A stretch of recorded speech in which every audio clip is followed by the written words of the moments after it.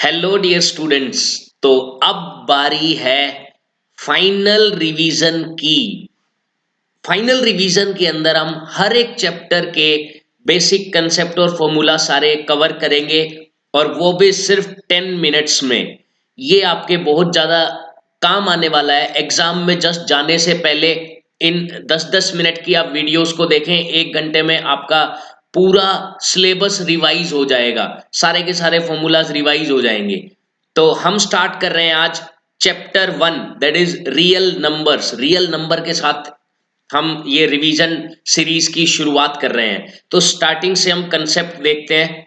First concept real number के अंदर आता है नंबर सिस्टम का, जिसके अंदर मैं आपको समझाता हूं। पहले सबसे पहले हम पढ़ते हैं नेचुरल नंबर। नेचुरल नंबर वो होते हैं जो 1 2 3 4 काउंटिंग नंबर्स भी इन्हें हम बोलते हैं। नेचुरल नंबर्स के बाद आता है होल नंबर। होल नंबर्स के अंदर जीरो भी आ जाता है और ये सारे नेचुरल नंबर्स भी इसके अंदर होते हैं। और इसके बाद आता है इंटीजर्स। इंटीजर्स इसके अंदर 0 1 2 3 4 ये तो आते ही आते हैं, साथ ही साथ -1 -2 -3 -4 ये सारी इंटीजर्स भी इंटीजर्स के कैटेगरी के अंदर आती हैं। इसके बाद आता है रैशनल नंबर। इसके बाद आता है रैशनल नंबर। रैशनल नंबर जिनमें p बाय q के नंबर सभी के सभी इंक्लूड किए जाते हैं। सभी इंटीजर्स, होल नंबर और नेचुरल नंबर भी रैशनल नंबर्स ही होते हैं। 3/2 -5/3 ये वाले नंबर्स भी रैशनल नंबर के अंदर आते हैं। उसके बाद आता है इर्रेशनल नंबर। इरेशनल नंबर के अंदर √2 √3 पाई ऐसे नंबर जो p बाई क्यू की फॉर्म में ना लिखे जा सके, वो इरेशनल नंबर होते हैं। और अगर रैशनल और इरेशनल नंबर्स को मिला दिया जाए तो बनता है रियल नंबर्स, जो कि हमारे चैप्टर का नाम है रियल नंबर्स। रियल नंबर्स, कोई भी रैशनल नंबर इरेशनल नहीं हो सकता, कोई इरेशनल नंबर रैशनल नहीं हो सकता। तो ये तो बेसिक नंबर सिस्टम का था। इसके बाद आते हैं जो ज्यादातर जिस पर क्वेश्चन बनते हैं रियल नंबर में, वो है प्राइम नंबर। प्राइम नंबर क्या चीज होते हैं, कंपोजिट नंबर क्या होते हैं, ये हम थोड़ा शॉर्ट में पढ़ेंगे। देखिए, प्राइम नंबर्स ऐसे नंबर होते हैं जिनके 2 फैक्टर होते हैं। यहां से भी क्वेश्चन पूछा जा चुका है कि प्राइम नंबर्स के कितने फैक्टर्स होते हैं। प्राइम नंबर्स के 2 फैक्टर्स होते हैं, एक होता है 1 और एक होता है वो खुद। एक होता है वो खुद। प्राइम नंबर 2 इकलौता प्राइम नंबर है जो कि एक इवन नंबर भी है, जो कि एक इवन नंबर भी है। 2 3 5 7 11 ये सारे प्राइम नंबर्स हैं। और 2 और 5 इकलौते ऐसे नंबर हैं जो जो एंड होते हैं 2 और 5 पे। और कोई भी ऐसा नंबर, प्राइम नंबर नहीं मिलेगा जो 5 पे एंड होता है या फिर 2 पे एंड होता है, और कोई नंबर नहीं मिलेगा। और 2 की खास बात क्या है कि ये इकलौता इवन प्राइम नंबर है। इवन नंबर भी है और प्राइम नंबर भी है। तो अगर अब क्वेश्चन कई बार ऐसा बनता है कि एचसीएफ या एलसीएम निकाले लीस्ट प्राइम नंबर और लीस्ट कंपोजिट नंबर का। तो लीस्ट प्राइम नंबर जो आप लेंगे वो लेंगे आप 2। तो प्राइम नंबर के बारे में हमने पढ़ा। अब हम पढ़ते हैं कंपोजिट नंबर्स क्या होते हैं, जिसके 2 से ज्यादा फैक्टर्स हों। 2 से ज्यादा फैक्टर्स, जैसे 4 के 1 है 2 है 4 है, 3 फैक्टर्स हो गए इसके। जैसे कि 6 1 2 3 6 4 फैक्टर्स हैं। तो जिसके 2 से ज्यादा फैक्टर्स होते हैं वो होता है कंपोजिट नंबर। और 4 लीस्ट कंपोजिट नंबर है, सबसे छोटा। 4 6 8 9 10 12 ये कंपोजिट नंबर्स के अंदर आते हैं। तो जो मैंने पूछा था अभी लीस्ट कंपोजिट और लीस्ट प्राइम, उस लीस्ट प्राइम तो हो गया 2, लीस्ट कंपोजिट हो गया 4। कई बार पूछ लिया जाता है इनका एचसीएफ और एलसीएम निकालें, तो एलसीएम आप समझ सकते हैं 4 हो गया और एचसीएफ हो गया 2। तो इस तरीके के क्वेश्चन भी कई बार पूछ लिए जाते हैं। तो कंपोजिट नंबर भी आपको समझ में आया होगा। अब 1 किसी भी कैटेगरी में नहीं आया, आपने देखा होगा। प्राइम नंबर 2 से स्टार्ट हुए, कंपोजिट नंबर 4 से स्टार्ट हुए, तो इससे हम इस रिजल्ट पर पहुंचते हैं कि 1 is neither prime NOR composite. ये ना तो प्राइम नंबर है और ना ही ये कंपोजिट नंबर है, 1 इनमें से किसी भी कैटेगरी में नहीं आता। अच्छा, नेक्स्ट हम देखते हैं को प्राइम नंबर्स कौन से होते हैं। को प्राइम नंबर्स वो नंबर्स होते हैं जो आपस में प्राइम होते हैं, यानी कि जिनका HCF 1 होता है, जिनमें 1 के अलावा कोई कॉमन फैक्टर नहीं होता। जैसे कि मैं एग्जांपल लेता हूं 16 और 21, या 5 और 7, या और भी एग्जांपल ले लेता हूं मैं 16 और 17। ये आपस में क्या है, प्राइम है। इनमें आपस में 1 के अलावा कोई कॉमन फैक्टर आपको नहीं दिखेगा। हाँ, ये दोनों वैसे कंपोजिट नंबर भी हो सकते हैं, दोनों प्राइम भी हो सकते हैं, एक कंपोजिट एक प्राइम भी हो सकता है। दोनों का अलग अलग का कोई सिस्टम नहीं है। को प्राइम मतलब आपस में क्या रिलेशन है इनका, आपस में 1 के अलावा कोई कॉमन फैक्टर नहीं होना चाहिए, तो वो को प्राइम नंबर्स कहलाते हैं। जैसे कि ये तीनों मैंने पेयर लिए, ये को प्राइम है क्योंकि 16 का कोई भी फैक्टर 21 में नहीं है, 21 का कोई फैक्टर 16 में नहीं है, सिमिलरली इनमें और सिमिलरली इनमें। तो ऐसे नंबर्स का HCF कई बार पूछा जाता है, को प्राइम नंबर्स का। हमें याद रखना है ऐसे नंबर का HCF होता है 1। ऐसे नंबर का LCM कई बार पूछा जाता है, ऐसे नंबर का LCM होता है दोनों नंबर्स का प्रोडक्ट, सीधा प्रोडक्ट करना है। जैसे 5 और 7 का मैं LCM पूछता हूं तो 5 इंटू 7 35 LCM हो गया। 16 और 21 का LCM 16 इंटू 25 मल्टीप्लाई ही करना पड़ेगा, वो हो गया उसका LCM। Okay, next.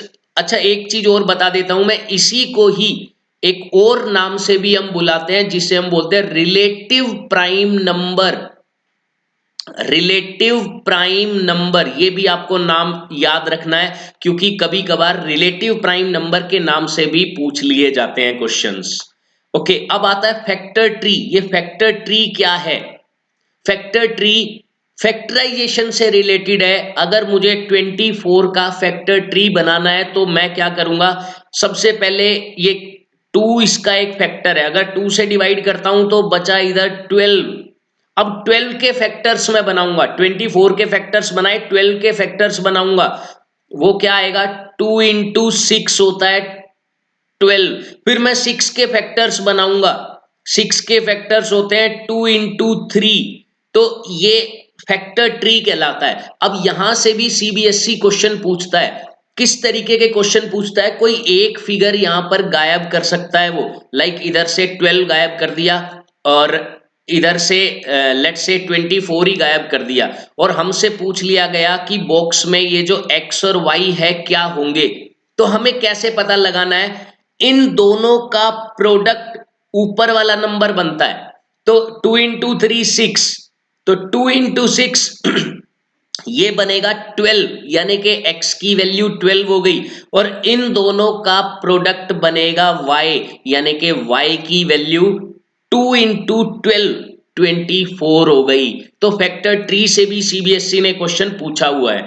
अब आते हैं हम HCF और LCM पर। HCF LCM हम जानेंगे यहां पर ओनली प्राइम फैक्टराइजेशन मेथड से। फॉर एग्जांपल मुझे 24 एंड 36 का HCF और LCM दोनों निकालने हैं, तो पहला मेथड मेरा क्या होगा, 24 के प्राइम फैक्टर्स बना लूंगा मैं। प्राइम नंबर आप समझ चुके हैं, तो प्राइम फैक्टर्स ओनली। पहले ये 2 पे डिवाइड हुआ, इधर आया 12, फिर से 2 पे डिवाइड हुआ, फिर से 2 पे डिवाइड हुआ, इसके फैक्टर्स बन गए 2 पावर 3 इंटू 3 पावर 1। 36 के फैक्टर्स में करता हूं, 36 के फैक्टर्स करता हूं, तो 2 18 2 9 3 3, इसके फैक्टर्स बने 2 पावर 2 इंटू 3। अब मुझे इनका HCF और LCM चाहिए, तो इसके लिए आप डेफिनेशन याद रखेंगे, क्या है, product of common factors, common factors with least power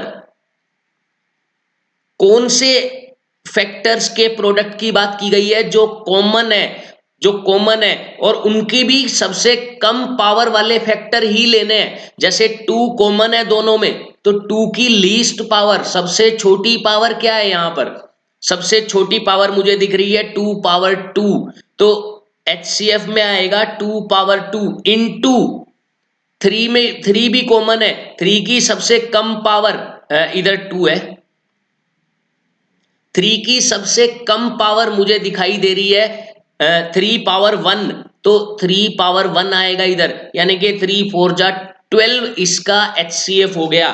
अब बात कर लेते हैं हम LCM की। LCM की मैं बात करता हूं। LCM के अंदर LCM की मैं बात करता हूं तो LCM में क्या होगा देखो, product of each factor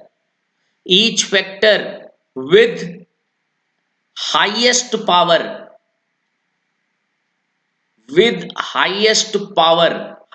power का हाईएस्ट पावर वाले फैक्टर के हर एक फैक्टर को लेना है इसमें, ईच फैक्टर। चलो देखते हैं, 2 आ रहा है, 2 की हाईएस्ट पावर 3 आ रहा है, 3 की हाईएस्ट पावर 2, कितना बना 2 पावर 3 8 इंटू 9 72 इसका HCF हो गया। इस तरीके से हम HCF और LCM निकालते हैं। ओके, उसके बाद आती है फंडामेंटल थ्योरम ऑफ अरिथमेटिक।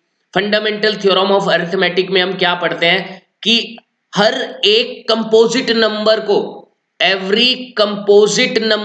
एक कंपोजिट नंबर को प्रोडक्ट ऑफ प्राइम्स के रूप में लिखा जा सकता है।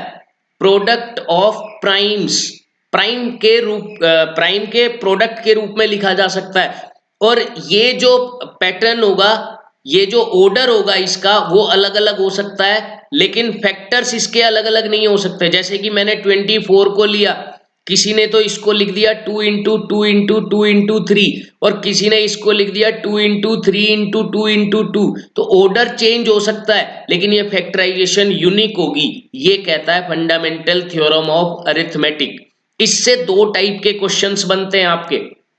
2 टाइप के कौन कौन से बनते हैं? एक तो 1 into 2 into 3 into 4 into 5 plus 5, क्या ये कंपोजिट नंबर है? यस, कंपोजिट नंबर है, क्योंकि 5 इंटू ये कॉमन, हम क्या करते हैं 5 कॉमन ले लेते हैं, तो 5 इंटू समथिंग लिखा हुआ है, तो प्रोडक्ट ऑफ प्राइम्स के रूप में ये लिखा जा सकता है। या ये कहें कि इसके 2 से ज्यादा फैक्टर्स हो गए, एक तो 1 होगा, एक ये खुद जितना जो नंबर है वो भी होगा, और एक 5 भी हो गया, और एक ये नंबर भी इसका फैक्टर हो गया, तो 2 से ज्यादा फैक्टर्स हैं, तो ये कंपोजिट नंबर है। दूसरे टाइप का क्वेश्चन यहां से CBSE पूछती है इस टाइप का कि 6 power n can and with the digit 0, क्या ये कभी 0 पे एंड हो सकता है?